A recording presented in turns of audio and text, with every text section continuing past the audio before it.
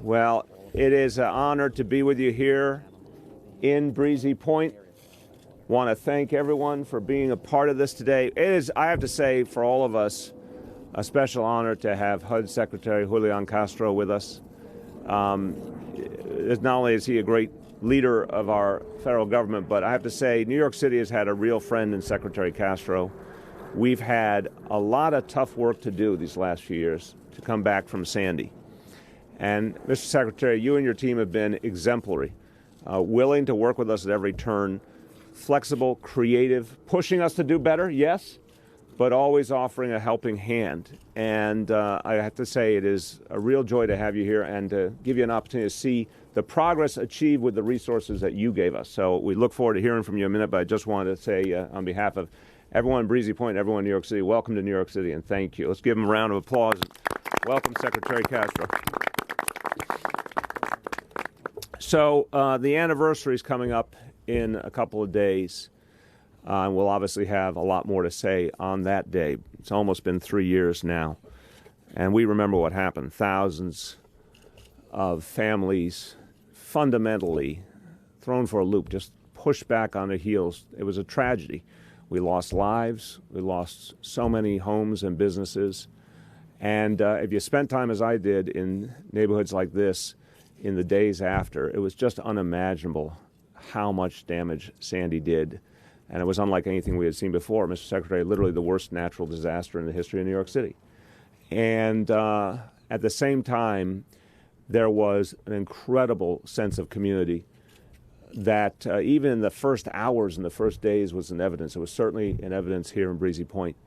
Even well before the government arrived with substantial amounts of aid, community leaders, community residents, faith-based organizations, extraordinary things were happening in the immediate aftermath to get people back on their feet and to help people in need. So, you know, we saw a lot of pain. We saw real devastation in Breezy Point and some other communities, but we also saw some of the very best of what people can do when they're up against adversity. Breezy was clearly one of the hardest hit areas in the entire city. When I had the opportunity to walk through that really tragic scene of all the homes that had burned down, it felt like, you know, an area that had been bombed. There's no other way to say it. It was just total destruction, and yet people persevered. I came back on the one-year anniversary, so 2 years ago, and saw already how much progress had been made. People were absolutely resolute. They were going to rebuild here. They believed in this community. They loved it. They were going to make it work. And even after 1 year, you saw amazing progress. Coming back now, almost 3 years later, it's absolutely amazing what people have achieved, and we're proud to have been a part of it. Again, first and foremost, it's been families putting their lives back together, neighbors helping neighbors, the extraordinary local leadership here in this community that's done so much. And I said back then when Sandy hit, and I've said it since, you know, we have to be clear. The people, the grassroots, did some of the most amazing work. The government, in the beginning, certainly didn't do all it could have, and we learned a lot of powerful lessons. We've been learning ever since about the need to do more and do better. And now we've seen, I think, the kind of partnership between all levels of government that we needed all along, and it's happening more and more to help our homeowners. And particularly the partnership with HUD has been a crucial part of our ability to more consistently and in a faster way help homeowners, and we'll talk about that in a moment. I want to also thank others who are with us today from our administration, our HPD Commissioner, Vicki Bean. I want to thank our extraordinary director of our Housing Recovery Office, Amy Peterson, who really has taken the situation and turned it around and worked neighborhood by neighborhood, and people on the ground have seen the extraordinary effect of Amy's work. Dan Zrilli, our resiliency director, has done so much to further our efforts to be ready for the future and make sure our neighborhoods are safe. And I want to thank Greg Bishop, our Deputy Commissioner for Small Business Services, done a great job with our small businesses, as you see here at Kennedy's. You know, what we've done to help get the small businesses back on their feet is something we're very proud of. We've had partnership with the City Council. I want to thank Speaker Melissa Mark Viverito. She has been adamant about furthering and speeding our recovery efforts. She's been there, again, to push us and also to help us get it done. And with her, of course, the chair of the Recovery and Resiliency Committee, Mark Traeger, who's been a constant voice getting us to focus on the things that need to be done. Thank you to both of you for your leadership. Thank you to Assemblyman Phil Goldfeder. I was out here with Phil in the days after Sandy. I always give him a lot of credit for standing, with the people of the community through the midst of the storm. And you've done great work in Albany on the tax relief bill for victims. Phil, thank you for your leadership. And then, Mr. Secretary, I'm sure you will credit your team, but I'd like to credit your team too, because they've been absolutely amazing. Marion McFadden, Deputy Assistant Secretary, has been a great force helping us to make sure we were doing the right thing and doing it effectively. Holly Light, your regional administrator, tireless and great partner in this work. Thank you for that. It's meant a lot to us. I want to thank folks who are part of our visit here today, starting with Jimmy Buckley and Gerard Casey, the owners of Kennedy's. This is an incredible story to our friends in the media. If you haven't been in to take a look, you really need to. This is a restaurant that took a hard hit, has come back literally better than ever. And we were hearing the amazing response from the community. People are coming to this restaurant and filling up this place because they believe in it, because they want to show their commitment to the community. And folks here are employing a lot of, Gerard and Jimmy are employing a lot of people. They're making this another vibrant core to a rebuilt community. So we thank you for that. And then folks who gave us our tour today and have done so much to help bring the community back. Artie Lighthall, General Manager of the Breezy Co-op. Denise Neibel, Assistant General Manager, was with you guys a few years back and seen the amazing progress that you've achieved. And Jerry Romsky, the ever-energetic Jerry Romsky of RBBC, who also showed us that we visited a house, Secretary Castro and I visited a house that's just been elevated. It's beautiful, and Jerry wanted me to note in particular the beautiful kitchen design. Jerry, it's true.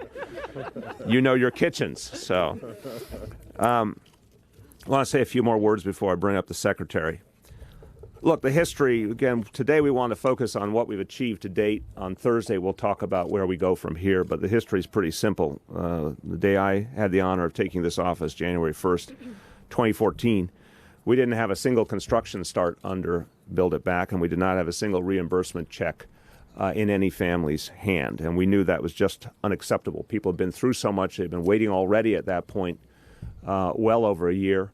We had to do something very, very different. It took a full overhaul to build it back. And sometimes, in government, we talk about changing things, reforming things. This was a total overhaul. It had to be reworked from the beginning to become something that could do the work faster and better and could make sure that families could actually be served and get back in their homes. So the numbers are really impressive. We now have, since day one, since January 1st of 2014, 1,877 construction starts from that moment. 1,877 construction starts. Nearly 1,200 of those starts have been completed.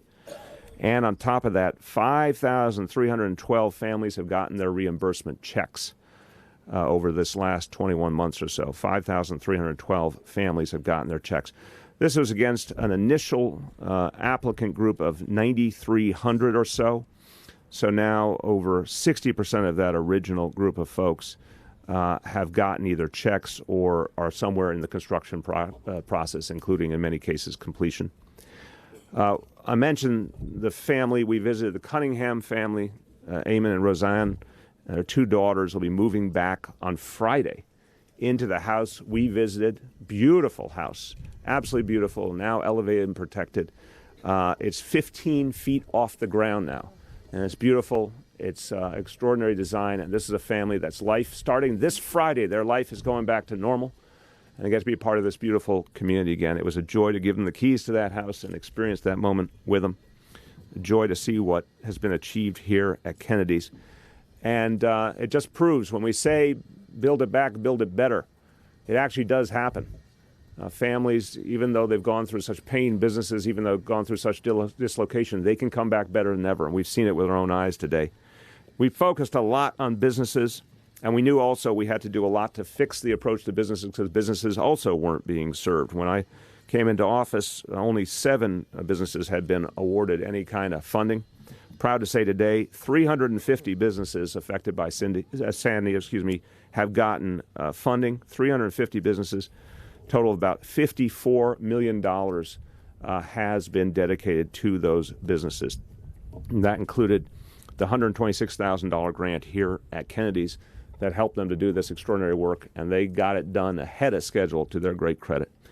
So, look, it just doesn't take long to feel the incredible progress that's been made here in Breezy Point. We have more to do, still homeowners to serve. We'll talk about that more on Thursday. More to do on resiliency for sure, even though we're proud of the real progress that's been made here in Breezy and beyond. That's going to be an ongoing part of our lives for years to come. We're going to constantly be working on resiliency. But a lot of folks have finally been served, and their lives are getting better, and we will not stop until every family is served. Just a brief moment en español. 3 años después del huracán Sandy, hemos logrado un gran progreso en la reconstrucción de hogares y la recuperación de pequeños negocios. Hoy nos sentimos animados al ver una vivienda completamente reconstruida con el programa Build It Back, the same in Spanish as you'll notice, y un negocio que se recupera muy fuerte con ayuda de nuestro programa de préstamos y subsidios. Sin embargo, aún nos falta trabajo por hacer y vamos a seguir luchando hasta que todas las familias regresen a sus hogares. With that, to say a partner would be an understatement. Secretary Castro and everyone at HUD have been everything we could ask for. They have pushed us to do better. They had to go farther. They've held us to a high standard. But they've always had an open door, always been flexible and creative, always helped us figure out a way to do things better. We could not ask for better partners in Washington. Brothers and sisters, I don't always say those words, but I'm proud to say it this time. We could not ask for better partners in Washington. We could not ask for a better leader at HUD than Secretary Castro. We welcome you. Thanks a lot, man. Thank you. Thank you very much. Hello. It is always wonderful to be here in New York, and especially here at such a beautiful community at Breezy Point. Mayor, I want to thank you for your leadership and for the way that that you have ushered in strong progress on Build It Back. Your leadership has made a big difference so that families like the one that we met today can get into their homes. And thank you for that, to you and your team. I also want to thank our council speaker, Mark Viverito, and all of our local elected officials for their advocacy, and the de Blasio team as well. I want to especially thank Amy for her leadership that has made a difference. And I do want to recognize Holly Light, our regional administrator, and Marion McFadden from our HUD headquarters, who have put their heart and soul on our end into serving New York and the Sandy-affected area well. I'm glad to be here. The mayor tells me that the Mets are going to win tonight. So I believe him. Fact. But, this is just such a special city, not just for our nation, but in our world. And so 3 years ago this week, when Hurricane Sandy struck the eastern United States and caused tens of billions of dollars of damage, including to much of this Breezy Point community, it was quite a moment, not only for New York, but the entire nation. Since that time, we have seen tremendous progress from Breezy Point here in New York City to the boardwalk in New Jersey. Communities are coming together to build back better and stronger than ever before. And I'm here because HUD is very proud to play a role in that comeback. We've allocated $13 billion to states and local governments impacted by Sandy. We've helped more than 43,000 homeowners and more than 5,000 renters and more than 2,200 businesses. As the mayor mentioned, we were proud to give the Cunningham family the keys to their rebuilt house today, and to listen to them tell us that although their two daughters, who are ages 9 and 12, are at school today, how much they're looking forward to getting back into their house, and that they've already picked out their rooms. Those are the kinds of stories that we love to hear. Amen. Making a difference for families. And this is also, as the mayor mentioned, a great example of the progress that we see. A $126,000 grant helped Kennedy's get back on its feet. And I'm looking forward, after this press conference, to getting a good bite to eat here. Our Rebuild by Design competition is also funding new infrastructure projects from Hunts Point in the Bronx to Nassau County, Long Island, to Hoboken, New Jersey, and turning vulnerable communities into attractive, livable areas that can better weather future storms. We're also proud of the work that our HUD team is doing in conjunction with a number of communities in the United States on the National Disaster Resilience Competition that we believe will help set a trend of communities building back better and stronger and more resilient in the future. Like all of you, we're proud of how far this entire region has come, but as the mayor mentioned, we're not really going to be satisfied until everyone who was impacted has the same experience that the Cunningham family had today. That is our goal. And again, I want to applaud you, Mayor.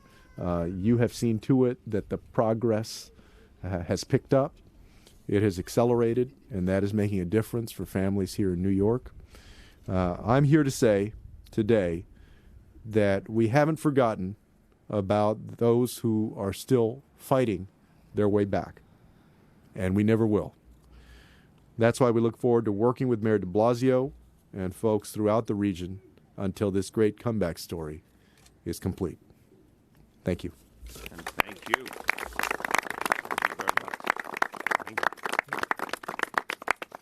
As New Yorkers, we love a great comeback story, Mr. Secretary, and that would be called the New York Mets as well. And so you could not be more on message. All right. We're going to take questions on this topic. Feel free on this topic. Do you have a date by which you estimate that you will have all of the reimbursement checks out and construction done on every applicant? Yeah, today we are focused on what has been done to date, and then on Thursday we're going to talk about where we're going from here. So we are going to explicitly go over the next phase of the plan on Thursday. So you can't answer any questions? Again, on Thursday we're going to unveil the next phase of the plan. Mayor, and for Secretary Castro as well, I'm curious, particularly what you, Secretary, make of the challenges that are going to arise for communities like this regarding flood insurance when we get new flood maps. Particularly as HUD Secretary, you're dealing with many urban areas that perhaps aren't built for the NFIP program to elevate brownstones, et cetera. Well, obviously I know as a former mayor as well and now HUD Secretary how important that is to communities as they plan. It's also important in terms of insurance and other issues. And I know that Mayor de Blasio and his team are working with FEMA to, I think come up with a reasonable approach going forward. I also want to note just a broad point. I mentioned before the approach the Secretary has taken to all the work with us. I think it is absolutely informed by him having been a mayor of a major American city, San Antonio now. Number 10, number 9? 7. Whoa. Whoa. I underestimated. Number 7, largest city in the country. And the work he did as mayor there, I have tremendous respect for, including what he did to further pre-K in his community. Is one of the things that inspired us here. But I'm telling you, the difference of working with someone at the federal level really understands the needs of a local community because he lived it, because he led a local community. It's made a world of difference for us, so I want to thank you. But we are going to your question, we're going to continue to work to address any of the issues around the floodplain. We obviously are trying to work with FEMA to address some of the outstanding concerns, and we feel that's a cooperative process. Mayor, you mentioned that you're going to need the federal government for a long time on building it back and also on resiliency measures. And I'm wondering if you feel like your endorsement of Hillary Clinton, was that reflective at all in that? Again, I appreciate the way you phrased your question, but that's a very interesting stretch on the on-topic concept. I have not said, don't reference to third-party reports. When we have something to say on the political front, we'll say it. I haven't said anything, and that'll be something we'll address in the future. The question here is how do we get things done for this community and many communities like it? And again, what we've seen with this secretary has been an extraordinary pattern of progress and consistency helping us move our agenda, and that's what we're going to keep doing.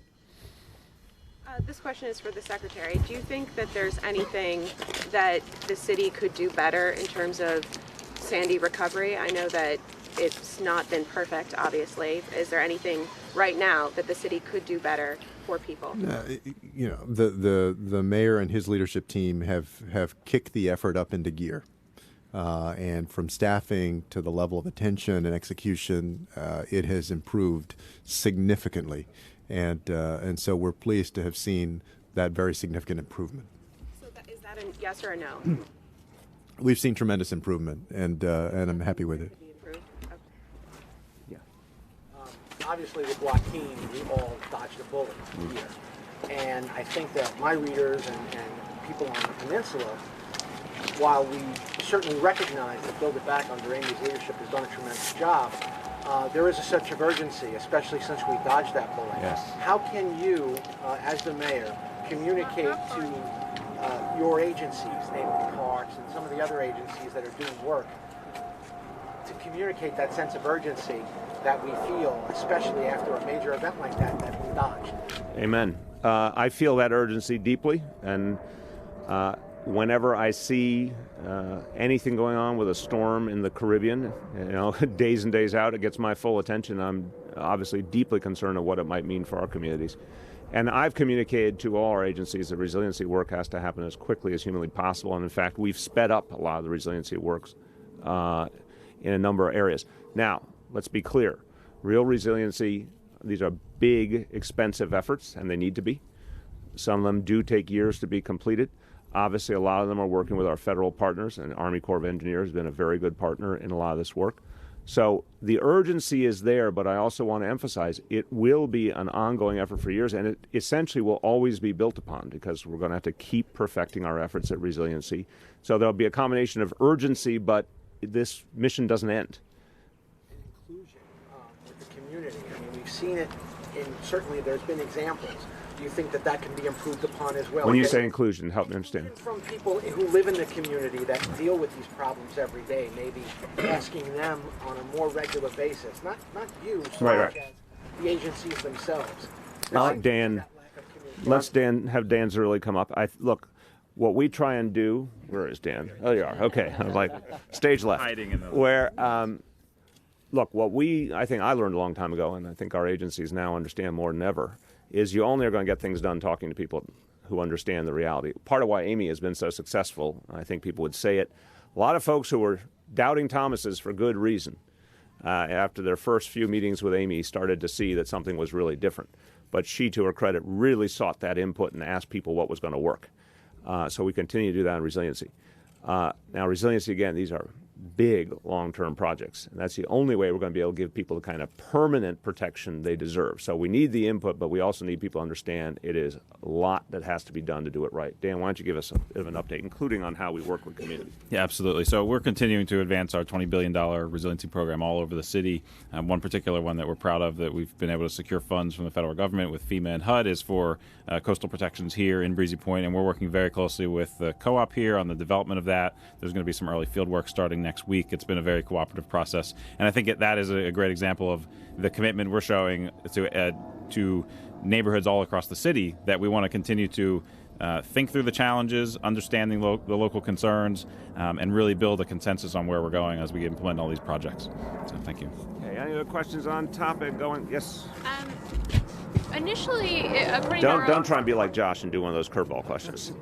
Go ahead.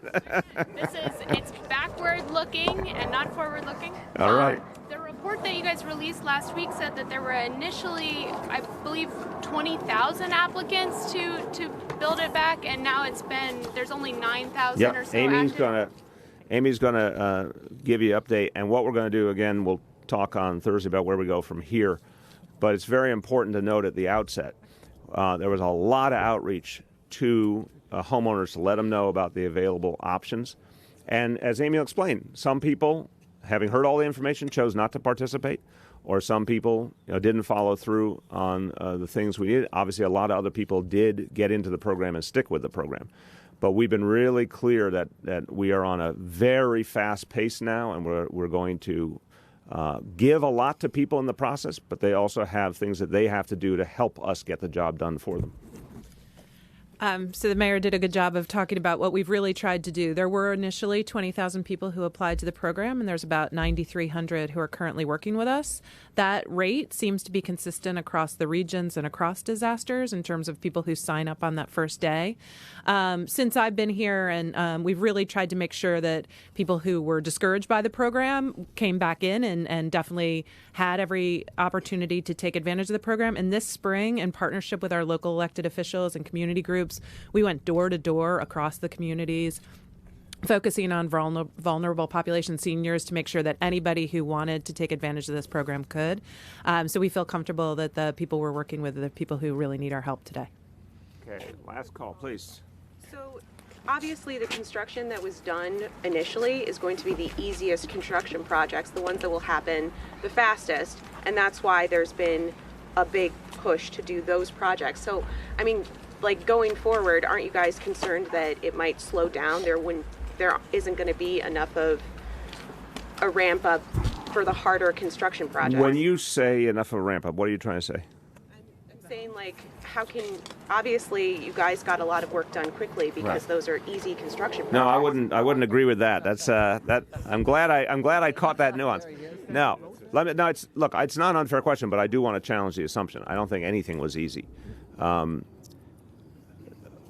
What Amy did, what her team did, what a lot of folks who came together to make this work did was they took very complicated situations and found ways to simplify them and reduce some of the bureaucracy and overcome some of the barriers. We spent a lot of time, and I was in a number of these meetings, rethinking the approach because it hadn't worked. So there was some reverse engineering that was necessary to say, why did this not work? What do we have to do differently? And we tried different designs and figured out where were the stumbling blocks, where were the partners we needed, what had to be changed. I don't think it's fair to say these were low-hanging fruit. I think a lot of these were very complicated. I think the difference now, and Amy can speak to, is Amy created a different approach. She brought in a whole different level of capacity, and she created a model that could actually do things over and over again effectively, and that's what we're going to see through the end. Yeah, so the last year we've learned a lot about what it takes to build a home in this city and how many contractors and designers we need. And so we've quadrupled our design and construction capacity. We brought on the Department of Design and Construction, hired 3 borough-based construction management firms to complement the work that the contractors are already doing. We've already seen a huge spike in design, and we'll see a huge spike in construction. And they're going to deal with exactly the complicated homes that are attached in all of the elevation projects. So we're confident with the work that we did that we'll have the capacity to continue the work at a fast pace. Jillian. Just to follow up on that, can you give us a little more detail about some of the larger firms that you've brought in to help you with those semi-attached or attached homes that are going to be a lot trickier? Like, how's that going, and what's the timeline on that? Yeah, so we'll talk more on Thursday, obviously, about the timeline moving forward. But we brought in 3 construction management firms, SLS on Staten Island, Lero in Brooklyn, and Tishman in Queens. And they each bring something different to the program. Tishman's a big New York City builder, built the World Trade Center. SLS is out of Texas and has a lot of experience doing home building, and they're on Staten Island. And Lero has brought on a lot of local design teams that have been involved thinking about the complex situations that exist in Canarsie and Sheepshead Bay and across that area. Yes, sir. You talked about before, you mentioned Jerry Romsky's name, about how involved he's been in the process. And I think that sometimes Jerry doesn't get the credit for how long he's been involved. Let's make Jerry step up. Jerry, come get some credit. Come here. There is no I in, Jerry's saying there is no I in team. Well done. Well done. Involved in the process before anybody had gotten involved. I think even before Amy had gotten involved, and I think sometimes that gets lost in the narrative. That he was there before the money was there, before when people needed help, Jerry was there. Yeah, I saw it from day one. I agree with you, and I'm going to bring all the themes together. And I say this: I want the Mets to eat for breakfast whatever Jerry eats for breakfast because he's got so much energy. That would be the pathway to a World Series victory. Thank you, everyone. Thanks very much.